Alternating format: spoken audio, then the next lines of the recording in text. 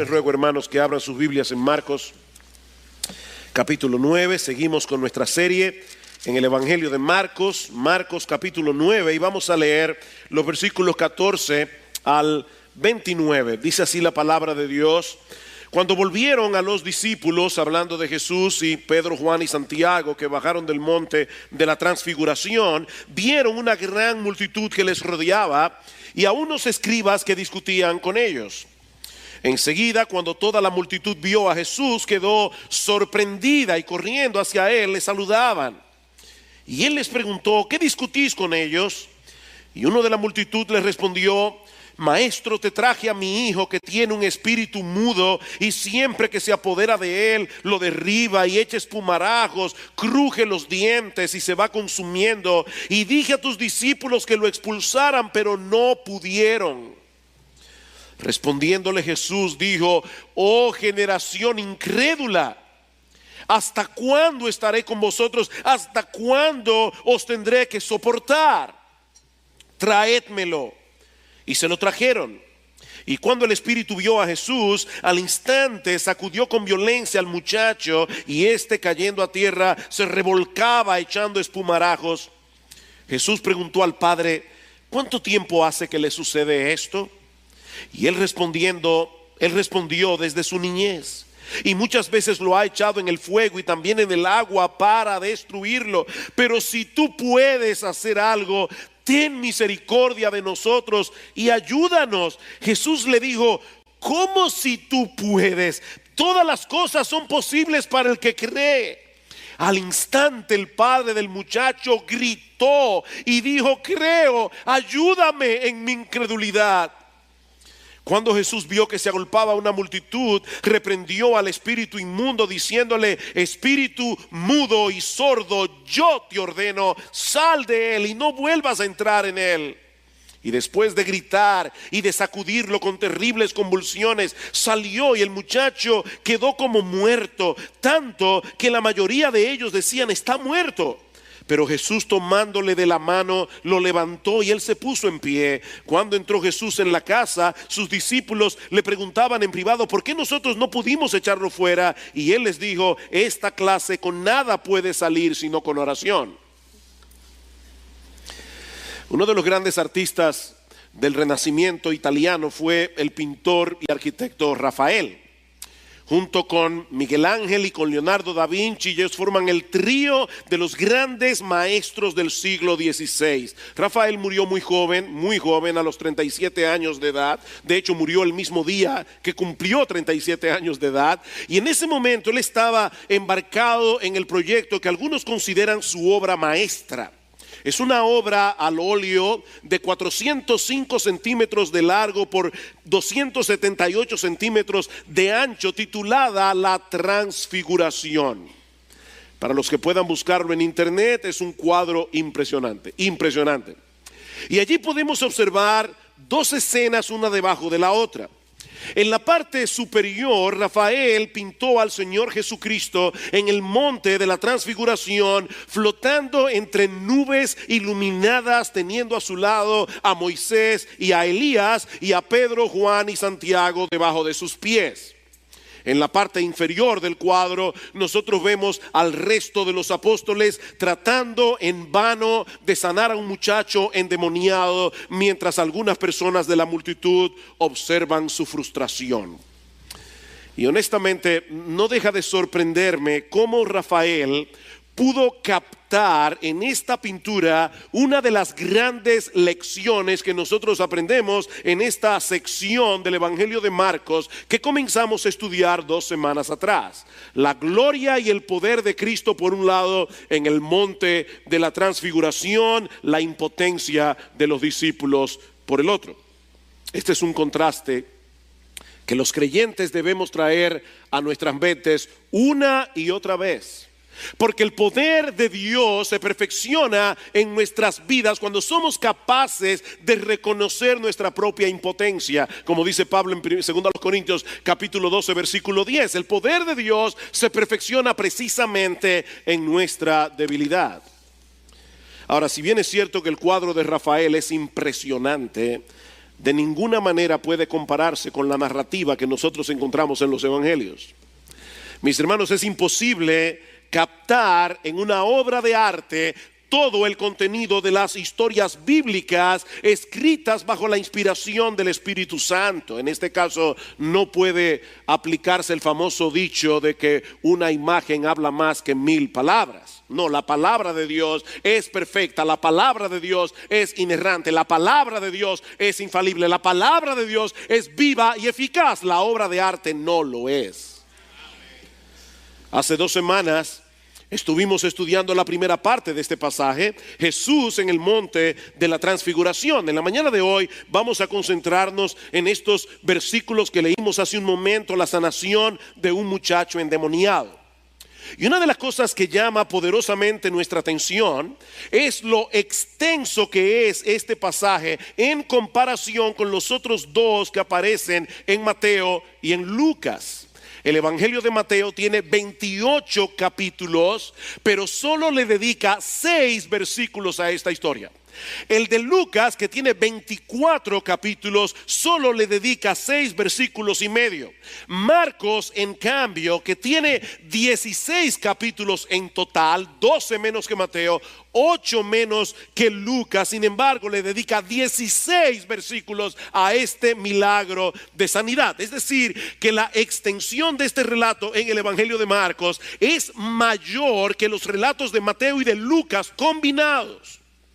Mis hermanos, es evidente que Marcos tiene un interés especial en esta historia, porque esta historia encaja perfectamente con el propósito por el cual él escribió este evangelio: mostrar a Jesús como el Rey de Gloria que se hace siervo, el Rey de Gloria que viene a la tierra como un siervo, que se arremanga las mangas de la camisa para trabajar con los hombres, para involucrarse con los hombres. Es el Rey de Gloria que se hace siervo para morir por pecadores, para dar su vida en rescate por muchos. Luego del episodio de la transfiguración, Jesús y los discípulos descienden del monte y se encuentran con un cuadro bien patético que nosotros veremos en esta mañana, en otra especie de cuadro como el de Rafael, solo que el que yo intento pintar aquí tiene varias escenas. La primera podemos titularla una multitud interesada pero sin entendimiento. Una multitud interesada pero sin entendimiento. Dice en el versículo 14 que cuando volvieron los discípulos vieron una gran multitud que les rodeaba. Debemos suponer que mientras Jesús y los otros discípulos estaban en el monte de la transfiguración, el padre del niño endemoniado se había acercado cuando vio la compañía de los discípulos, pensando que Jesús estaba allí. Porque él dice más adelante: yo te traje a mi hijo. Él iba pensando que Jesús estaba allí, pero resulta que el Señor no estaba con ellos. Así que los apóstoles hacen su mejor esfuerzo para sanar al muchacho, pero dice el texto que ellos fracasan en el intento. Y los escribas, que eran como la Gestapo de aquella época, ellos estaban siempre allí esperando ver algún fracaso de parte de Jesús y de parte de los discípulos. Los escribas aprovechan la oportunidad para avergonzar a los discípulos delante de toda la multitud. Por supuesto, era más fácil ridiculizarlos cuando Jesús no estaba con ellos. Pero aparentemente estaban tan absortos en la discusión que ellos no se dieron cuenta de que el Señor había bajado del monte y se estaba dirigiendo directamente hacia ellos. Y Marcos nos dice que tan pronto ellos vieron al Señor, todos corrieron hacia Él sorprendidos. Y la palabra que se usa aquí expresa un estado emocional muy intenso, un estado emocional que en algunos casos puede llegar a ser preocupante.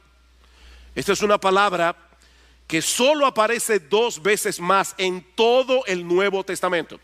Y las 2 veces únicamente en el Evangelio de Marcos. La primera aparece en Marcos capítulo 14 versículo 33 para describir la angustia del Señor en el huerto de Getsemaní. La segunda vez aparece en Marcos capítulo 16 versículo 5 para describir el espanto de Pedro y de Juan cuando llegaron a la tumba del Señor y se dieron cuenta que estaba vacía. Yo no sé cuántos de ustedes han visto la historia histeria que sufren algunas personas cuando de repente se encuentran delante de un artista famoso. Me acuerdo siempre esa fecha, esa vez cuando los Beatles llegaron a Estados Unidos. Las muchachas caían desmayadas viendo a los Beatles. Bueno, mis hermanos, algo similar fue lo que probablemente sucedió ese día alrededor de la persona de Jesús. Dice en el versículo 15 que ellos al verlo estaban sorprendidos, estaban espantados, estaban alarmados y corrieron hacia él para saludarlo. Y saben, mis hermanos, lo que esto nos enseña: que la popularidad no es una señal inequívoca de éxito ministerial. Porque el interés de la gente por la persona de Jesús no siempre va acompañado por una motivación correcta. La gran mayoría de estas personas eran incrédulas, como veremos en un momento. Ellos estaban fascinados con el Jesús que hace milagros. Ellos estaban fascinados con el sanador, pero no estaban fascinados con el Jesús que vino al mundo a morir en una cruz para salvar a pecadores que merecen el infierno. Ellos no estaban fascinados con ese Jesús que vino a librarnos de la tiranía y de la condenación del pecado. Mis hermanos, hay un montón de mega iglesias en el día de hoy donde no se predica con fidelidad la palabra de Dios, si es que se puede llamar iglesias a ese tipo de lugares. Y se llenan hasta el tope cada domingo de personas que están detrás de un espectáculo religioso, de personas que están buscando algún tipo de beneficio temporal. Pero esas mismas personas rechazan la autoridad de Cristo en sus vidas con todas las fuerzas de su corazón. Yo estoy convencido de que esas mega iglesias han sido levantadas por el diablo para inocular a las personas al mensaje del evangelio. Por si acaso, no es que haya nada de malo en iglesias grandes. Yo no estoy diciendo eso. Quiere el Señor seguir trayendo multitudes a las iglesias donde se predica fielmente el evangelio. Lo que yo estoy diciendo, mis hermanos, es que nosotros debemos recordar que los números nunca son en sí mismos un síntoma de la bendición de Dios. Pero el Señor es tan bueno. El Señor es tan bueno que por encima de las malas motivaciones de los hombres, Él siempre está dispuesto a hacer el bien. Y eso nos lleva a la segunda escena de este relato, que yo he titulado Un padre angustiado y unos discípulos incompetentes. Versículo 16. Y Él les preguntó a los discípulos: ¿qué discutís con ellos, con los escribas? Y uno de la multitud le respondió: Maestro, te traje a mi hijo que tiene un espíritu mudo, y siempre que se apodera de él, lo derriba y echa espumarajos, cruje los dientes y se va consumiendo. Y dije a tus discípulos que lo expulsaran, pero no pudieron. Hay varios detalles en este pasaje que yo no quiero que ustedes pasen por alto. Este es uno de ellos.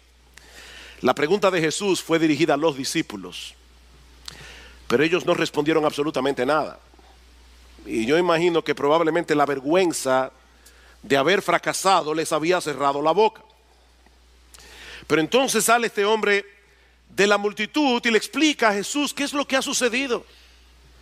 Su hijo estaba poseído por un demonio, y sus discípulos no habían podido hacer absolutamente nada al respecto.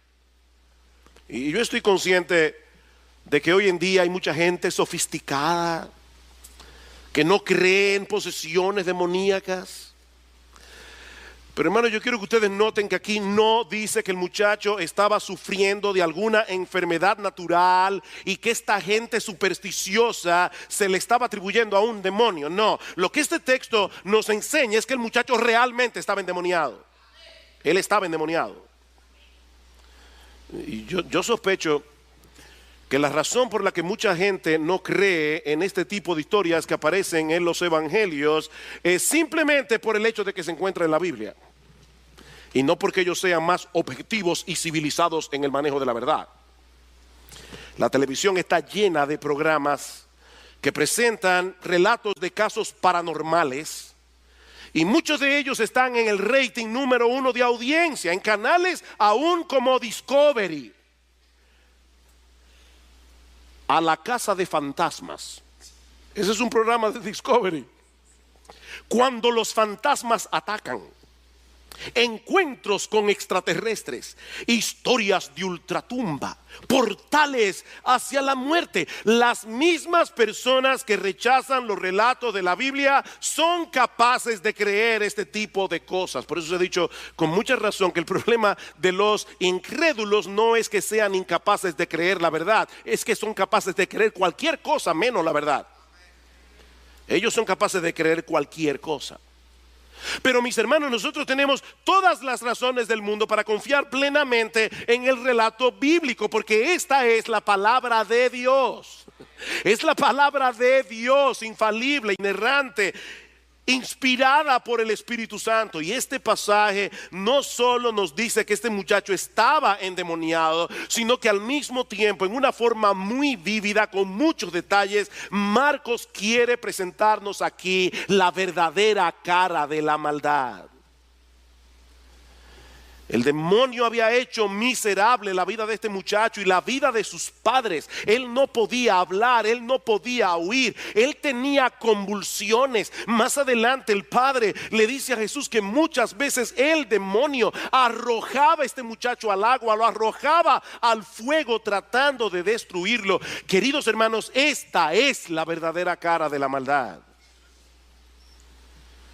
¿Saben cuál es el problema que tú y yo tenemos en nuestra lucha con el pecado? Que lo malo no nos parece tan malo como es en realidad. Ese es el problema. El pecado nos resulta atractivo. El pecado sigue siendo destructor, porque el diablo nos presenta el departamento de publicidad y nos esconde el veneno, nos esconde el anzuelo. El chisme no parece tan malo, la murmuración no parece tan mala, la pornografía tampoco. ¿Qué problema puede haber en ver a una mujer hermosa que no es tu mujer? ¿Qué problema puede haber en hacer un comentario aquí o allá que los demás no necesitaban conocer? ¿Qué problema puede haber en ir en contra de la autoridad y en ser un poquito más independiente? ¿Qué problema puede haber? Mis hermanos, eso no parece tan destructivo, todo lo contrario. Muchas veces lo malo se ve bien y se siente bien. Lo malo se ve bien y se siente bien. Pero mis hermanos, el pecado no produce nada bueno. El diablo no tiene ninguna intención de bendecirte. Su propósito es destruirte por completo. Su propósito es alejarte de Dios, porque Él es la fuente de todo bien. Escucha con atención, mi amigo que estás aquí en esta mañana. La maldad siempre produce frutos podridos. Siempre produce frutos podridos, aunque eso no sea tan evidente al principio. Esa es la verdadera cara del pecado. Ahora, yo quisiera tener la capacidad de ayudarlos en esta mañana a ponerse por un momento en el lugar de este papá. Yo quiero que ustedes se trasladen y se pongan en la piel de este hombre. Hermanos, este hombre día tras día veía a su hijo consumirse debido a esta influencia demoníaca. Día tras día este muchacho tenía que estar lleno de llagas, tenía que estar lleno de heridas, lleno de golpes. Este hombre no tenía la menor esperanza de ver a su hijo crecer como un ser humano normal. Él no tenía la esperanza de verlo casarse, él no tenía la esperanza de verlo tener hijos. Tal vez este hombre por las noches se preguntaba qué sería de este muchacho cuando su mamá y él no estuvieran allí. Este hombre estaba desesperado. Desesperado. Dice en el Evangelio de Mateo que él llegó delante de Jesús y se postró delante de él suplicándole: por favor, Señor, ayúdame. Y para colmo de males, cuando llega delante de los discípulos, ellos no pueden hacer absolutamente nada para librar a este muchacho de esa terrible condición. Pero ahora el Señor está presente allí con ellos y el panorama cambió por completo, y eso nos lleva a la tercera escena de este relato que yo he titulado una reacción airada pero compasiva. Una reacción airada pero compasiva. La reacción de Jesús en los versículos 19 al 21 nos presenta un contraste tan increíble. Por un lado, el Señor se molesta profundamente por la incredulidad de sus discípulos. Versículo 19, respondiendo Jesús dijo: oh generación incrédula, ¿hasta cuándo estaré con vosotros? ¿Hasta cuándo tendré que soportarlos? Ese no es el Jesús que la gente quiere, pero ese es el Jesús de la Biblia. Mis hermanos, Jesús está revelando aquí el profundo sentimiento de decepción que Él siente hacia sus discípulos por su falta de fe. Y esto es algo que debe ponernos a pensar. Sí, el Señor es increíblemente paciente con nuestras debilidades, pero estamos meditando al estudiar este pasaje, hermanos, no pensemos ni por un momento que Él reacciona con indiferencia ante nuestra incredulidad. Mis hermanos, la Biblia dice claramente en Hebreos capítulo 11, versículo 6, que sin fe es imposible agradar a Dios. Es imposible agradar a Dios. Y eso no se aplica únicamente a los incrédulos, eso se aplica también a los cristianos. Nuestra falta de fe es un insulto a Dios. Nuestra falta de fe es ofensiva a Dios porque pone en duda su carácter, pone en dudas la veracidad de sus promesas. Cristo se sintió exasperado por esta nueva manifestación de incredulidad de parte de sus discípulos. Sí, Él sabía que ellos iban a madurar. Él sabía que todos ellos iban a estar dispuestos a poner sus vidas en riesgo por la expansión del Evangelio. Pero en este momento, en esta historia, su incredulidad le desagradó profundamente. ¿Saben lo que eso significa, mis amados hermanos? Que nunca debemos reconciliarnos con nuestra falta de fe. Nunca debemos reconciliarnos con nuestra falta de fe. Mi hermano, por favor, mi hermana, por favor, deja de excusar tu falta de fe diciéndote a ti mismo y a ti misma para calmar tu conciencia. Después de todo, yo soy humano. Después de todo, yo no soy más que un hombre débil. Porque aunque todo eso es verdad, Dios nos ha dado en su palabra los recursos que nosotros necesitamos para pelear eficazmente contra las dudas que se levantan en el corazón.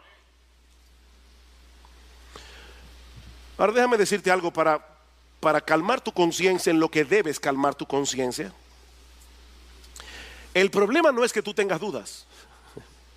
De hecho, la mayoría de las veces que nosotros estamos en medio de un problema, la mayoría de las veces que nosotros estamos en medio de una aflicción, lo primero que se dispara no suele ser la fe, lo primero que se dispara suele ser la duda. Ese es un problema que todos llevamos en el corazón. Nunca podremos librarnos de las dudas de este lado del cielo. Nunca podremos hacer eso. El punto es que nosotros debemos mantenernos en pie de guerra luchando contra las dudas. Es que tenemos que llevar de vuelta nuestras almas a confiar plenamente en las promesas de Dios. Esa es la esencia de la fe. Es confiar en todo lo que Dios nos ha prometido en Cristo. Y yo tengo que volver y traer a mi alma una y otra vez, porque vivo luchando con la incredulidad. Yo no sé cuántas veces me he descubierto a mí mismo orando al Señor y pidiéndole por algo que carga mi corazón, y en el fondo dándome cuenta que no creo que Dios es capaz de hacerlo. Y he tenido que decirle ahí mismo: Señor, perdona mi incredulidad. Mis hermanos, debemos rogar al Señor constantemente que nos libre de la incredulidad. Debemos rogar al Señor que fortalezca de tal manera nuestra fe que nos libre de ofenderle dudando de Él.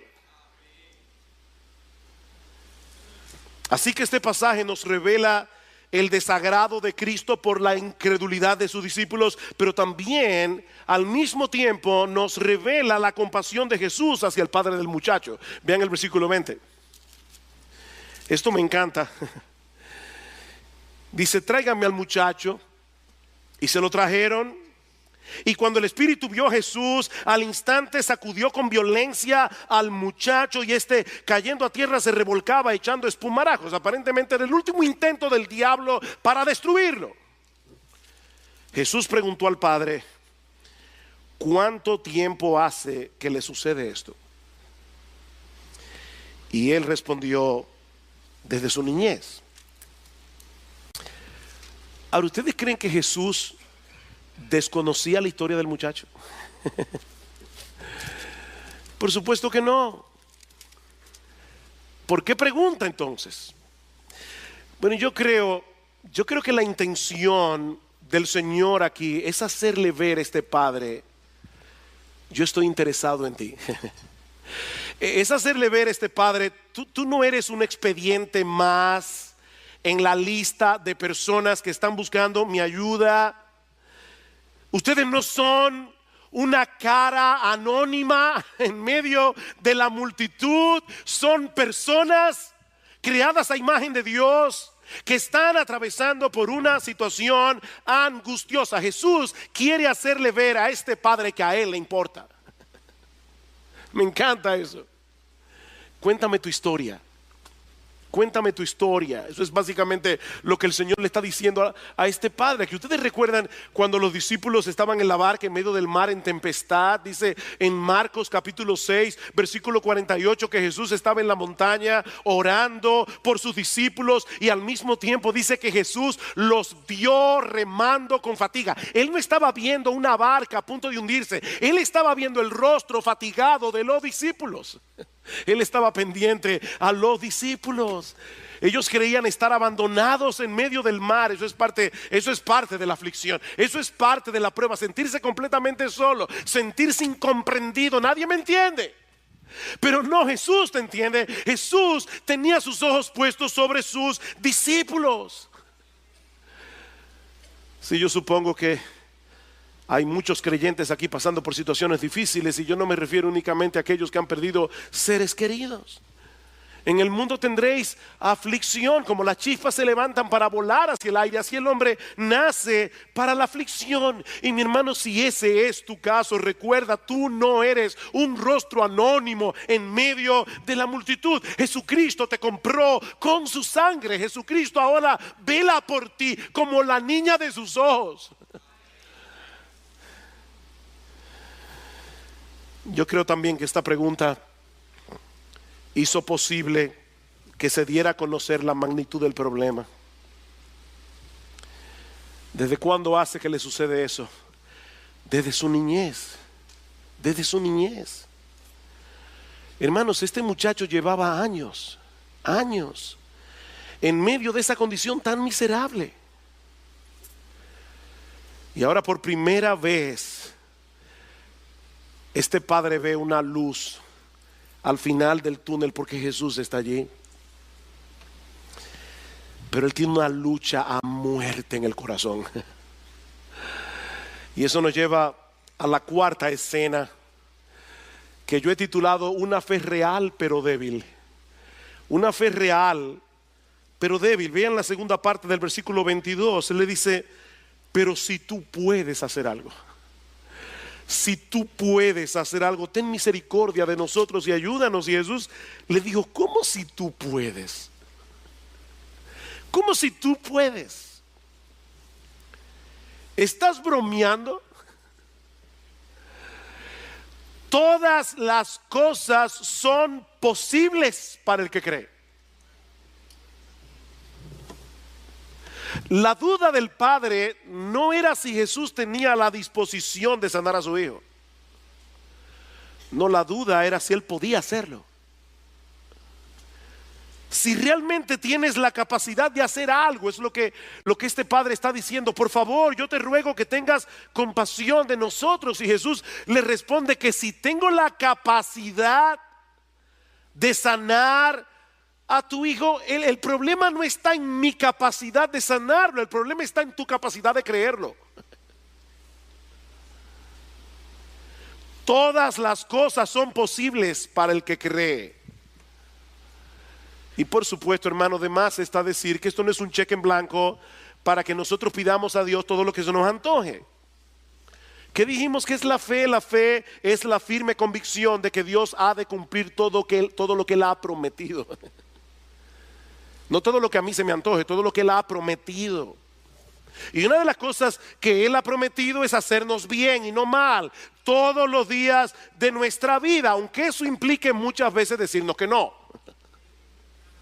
¿Ven el punto?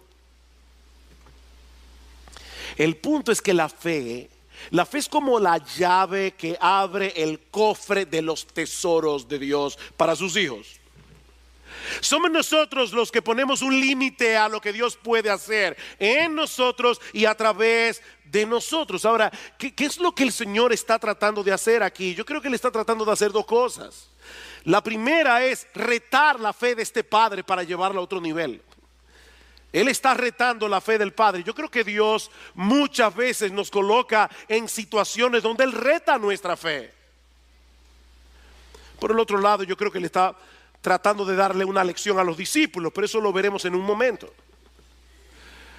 Él le dice a este padre: ¿cómo que si yo puedo? La pregunta es si tú crees. Y este hombre al instante, eso es lo que hace un papá, al instante, el padre del muchacho gritó: creo, ayúdame en mi incredulidad. Wow, qué honestidad. Este hombre realmente creía en Jesús. Él creía en Jesús, pero era una fe muy débil. Era una fe pequeña. Este hombre necesitaba crecer en su fe. Y para poder hacerlo, él hizo exactamente lo que él tenía que hacer: pedírselo a Jesús. Él hizo lo que él tenía que hacer: pedírselo a Jesús. Mis hermanos, dice en Hebreos capítulo 12, versículo 2, que Jesús, nuestro Señor y Salvador, Él es el autor, Él es el perfeccionador de nuestra fe. Este padre hizo exactamente lo que él debía hacer: reconocer delante del Señor que él estaba lleno de dudas y pedirle a Él la gracia que él necesitaba para poder seguir creciendo en fe. Y mis hermanos, hay una gran lección aquí para todos nosotros. Decía Juan Calvino que en todos los hombres la fe siempre está mezclada con incredulidad. Nadie llegará a tener tanta fe de este lado del cielo que deje de luchar con la incredulidad. Eso nunca va a pasar, no de este lado del cielo. Esa es una batalla que nosotros tenemos que pelear cada día, pero es una batalla que de ninguna manera podemos pelearla en nuestras propias fuerzas. Tú no puedes crear fe en ti por el simple hecho de decirte que debes tener fe. Este hombre no quiso aparentar tener lo que él no tenía. Con toda transparencia, con toda humildad, le dice al Señor: yo creo en ti, pero yo sé que no creo lo suficiente. Señor, en este momento yo tengo una guerra a muerte en mi corazón con las dudas. Yo tengo una guerra a muerte en mi corazón con la incredulidad, pero yo sé que aún en eso tú puedes ayudarme. No solo en sanar a mi hijo, yo creo que tú puedes, Señor, y te lo ruego, ayudarme en mi incredulidad. ¿Y saben lo que hizo el Señor? Déjeme decirle primero lo que él no hizo. Jesús pudo haberle dicho a este hombre: lo siento mucho. Lo siento mucho. No hay nada que yo pueda hacer por ti hasta que dejes de dudar por completo. Purifica tu corazón de la incredulidad. Vuelve cuando tengas una fe más fuerte y entonces hablamos. No, eso no fue lo que él hizo. Tan pronto ese hombre reconoció su incapacidad, Jesús vino en su auxilio. No es una fe perfecta lo que se requiere, es reconocimiento de nuestra debilidad. Y eso nos lleva a la quinta escena de este pasaje, un despliegue de poder, autoridad y misericordia. Versículo 25, cuando Jesús vio que se agolpaba una multitud, reprendió al espíritu inmundo, diciendo: el espíritu mudo y sordo. Es la primera vez que se nos dice en el pasaje que el muchacho también era sordo. Yo te ordeno, sal de él y no vuelvas a entrar en él. ¿Y saben lo que sucedió? Después de gritar y de sacudirlo con terribles convulsiones, salió, el demonio salió. Y el muchacho se quedó como muerto, tanto que la mayoría de ellos decía: está muerto. Mis hermanos, no hay poder sobre la tierra que pueda ponerle resistencia a la autoridad de Jesús. No existe ese poder. Los discípulos no pudieron hacer absolutamente nada para librar a este muchacho de la opresión. Pero ahora llega Jesús y, sin hacer aspavientos, sin usar ninguna fórmula mágica, le dice a este demonio: yo te ordeno que salgas de él y te ordeno que no regreses nunca más. El muchacho convulsiona una vez más, mientras el demonio parece estar luchando por no salir antes de hacerle el mayor daño posible. Pero Cristo había dado una orden y el demonio no puede hacer otra cosa que obedecerlo. El muchacho queda libre de su esclavitud, pero está tan exhausto que la gente piensa que ha muerto. Pero Marcos dice en el versículo 27 que el Señor lo tomó de la mano y lo levantó. Y hay mucha discusión entre los exégetas, porque la palabra que se usa allí es que lo resucitó. No sabemos si en un sentido metafórico o si realmente el muchacho murió. Pero Lucas añade un detalle adicional que enternece mi corazón. Dice en Lucas 9:42 que Jesús sanó al muchacho y se lo devolvió a su padre.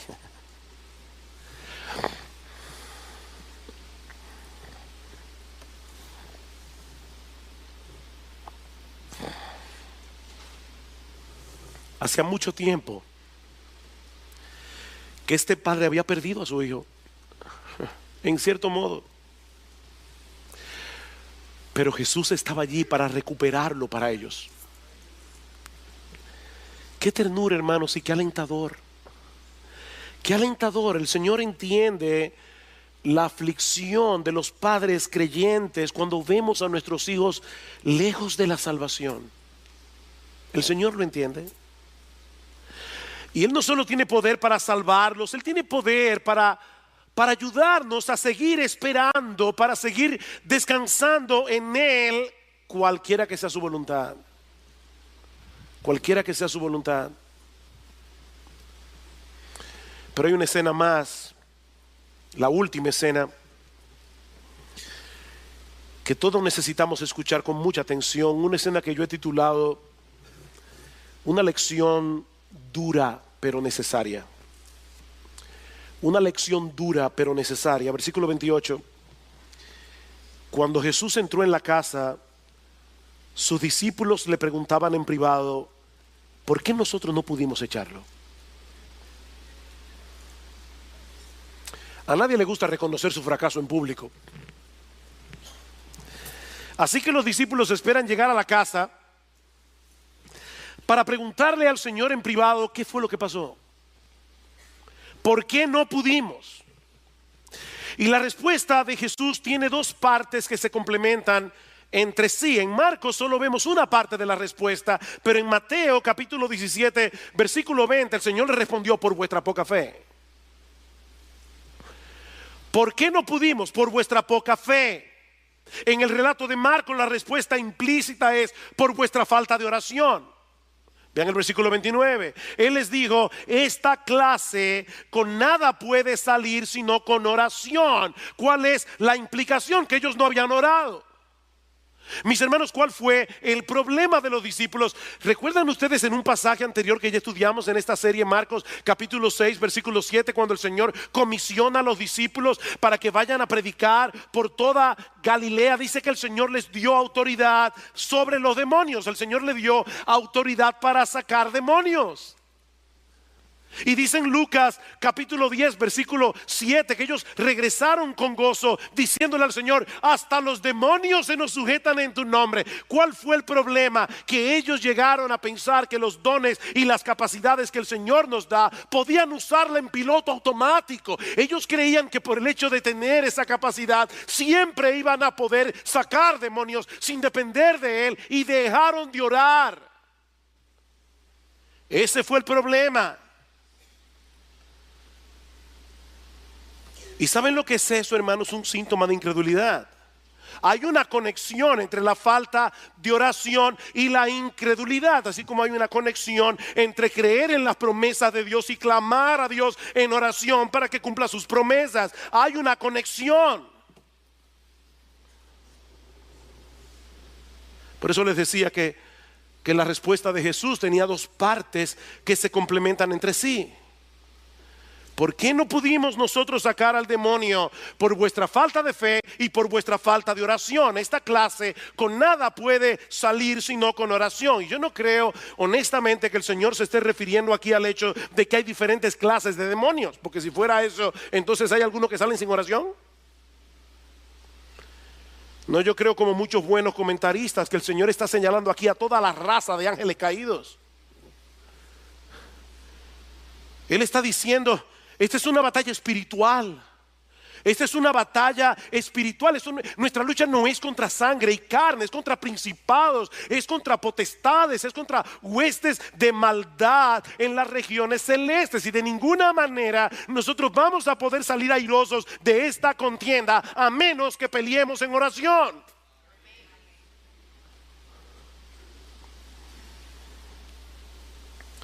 Miren, mis hermanos, nunca me cansaré de repetir esta misma frase, aun cuando estamos en nuestra mejor condición espiritual. Cuando estamos en nuestra mejor condición espiritual, nosotros somos demasiado débiles. Esta es una guerra que solo puede ser peleada en dependencia de Dios, y esa dependencia se manifiesta de una sola manera: descansando en las promesas de Dios reveladas en este libro y orando, clamando a Él en oración, buscando su ayuda en oración. Dice R.C. Sproul: cuando enfrentamos un enemigo tan formidable, no es suficiente que dependamos de la reserva de fe que todavía tenemos en nuestras almas. Mis hermanos, no manejes tu vida cristiana con el tanque en reserva. Dice Sproul: tenemos que volver sobre nuestras rodillas. Tenemos que clamar a Dios. Tenemos que hacer uso de todos los medios de gracia que Él ha dado a su pueblo, porque Él nos fortalece a través de esos medios. Es por fe que andamos, hermano, no es por vista. Es por fe que andamos. Y esa fe se alimenta de la palabra, porque se alimenta de Dios, se alimenta de sus promesas en Cristo. Esa dependencia se manifiesta en oración. Déjame hacerte una pregunta, mi hermano, y es seria esta pregunta. ¿Cómo está tu lectura regular de la Biblia? ¿Cómo está tu lectura regular de la Biblia? No, nosotros no leemos la Biblia cada día para ganarnos el favor de Dios. No, No, ya Cristo hizo eso por nosotros. En la cruz del Calvario. Nosotros acudimos cada día a las Escrituras porque nuestras almas necesitan con urgencia, y no estoy usando las palabras aquí de más, nuestras almas necesitan con urgencia alimentarse de Dios y de sus promesas. Y esas promesas y la revelación de Dios solo se encuentra en su palabra. En mi corazón he atesorado tu palabra para no pecar contra ti. Salmo 119. No, mi hermano, no es falta de tiempo. No, si tú no estás leyendo tu Biblia regularmente, no es falta de tiempo, porque tú haces muchas otras cosas. Es tu incredulidad. Tú no estás creyendo que estás en tan grande necesidad. Tú no estás creyendo que tú necesitas con urgencia las promesas de Dios. Tú no estás creyendo eso. Tu problema no es falta de tiempo, es incredulidad.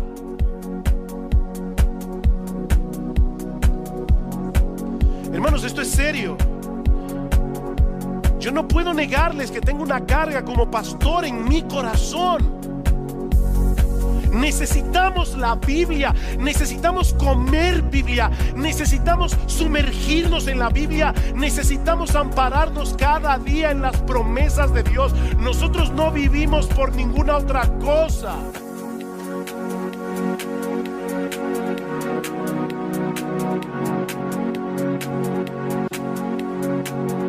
Mi hermano, ¿cómo está tu vida privada de oración?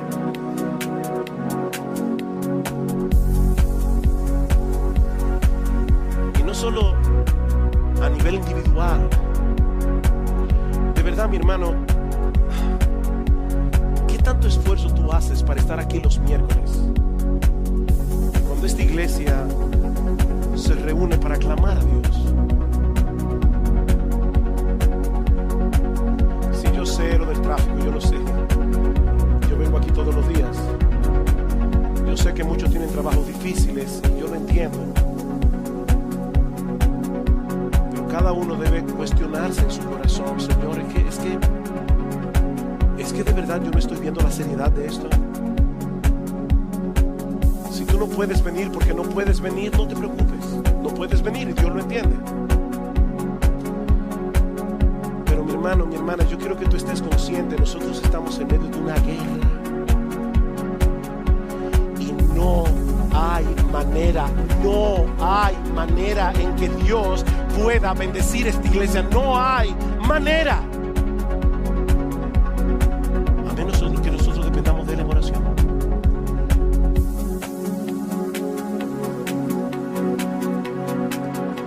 Y si el Espíritu Santo está golpeando tu conciencia, me alegro que lo haya hecho.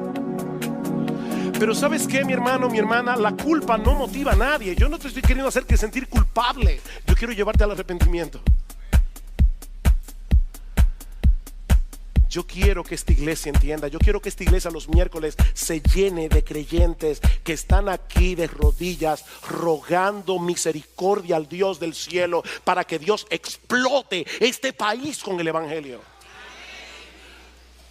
Hermanos, estamos diciendo esto porque nosotros no queremos pastorear una iglesia que funciona con piloto automático. No, Dios no va a bendecir a los predicadores que se paran aquí porque tienen años predicando la palabra. No hay un solo predicador de esta iglesia que tenga la capacidad de resucitar a un muerto. Nosotros somos un saco de gente inútiles que necesitamos de vuestras oraciones. Ustedes no se imaginan el aliento que produce cada vez que uno de ustedes viene a nosotros y nos dice: pastor, estamos orando por ustedes. Wow, gracias. Gracias. Doy gracias al Señor. En esta iglesia hay un ejército de hombres y mujeres que oran. Eso no me cabe la menor duda. Porque si no fuera así, hoy no estaríamos aquí predicando el evangelio. ¿Por qué no pudimos sacarlo? Por vuestra falta de fe y por vuestra falta de oración. Y mi amigo, si tú estás aquí sin Cristo, Tal vez tú estás en una situación muy similar a la de este padre, con el corazón lleno de duda, pero viendo al mismo tiempo tu necesidad de creer. Y mi ruego a ti en esta mañana es que hagas exactamente lo mismo que este padre hizo. Ve a Jesús y pídele que te ayude en tu incredulidad. Ve a Jesús, pídeselo a Él. Dile: Señor, yo tengo un corazón de piedra, yo necesito que tú lo transformes en un corazón de carne. Mira, mi hermano, mi amigo que estás aquí, es mil veces mejor tener una fe débil en un Salvador todopoderoso que tener una fe fuerte en cosas que no pueden salvar. Y Él es un gran Salvador. Él es un gran Salvador. Y Él ha sido exaltado por príncipe y salvador para dar a su pueblo arrepentimiento y perdón de pecados. Pídeselo a Él.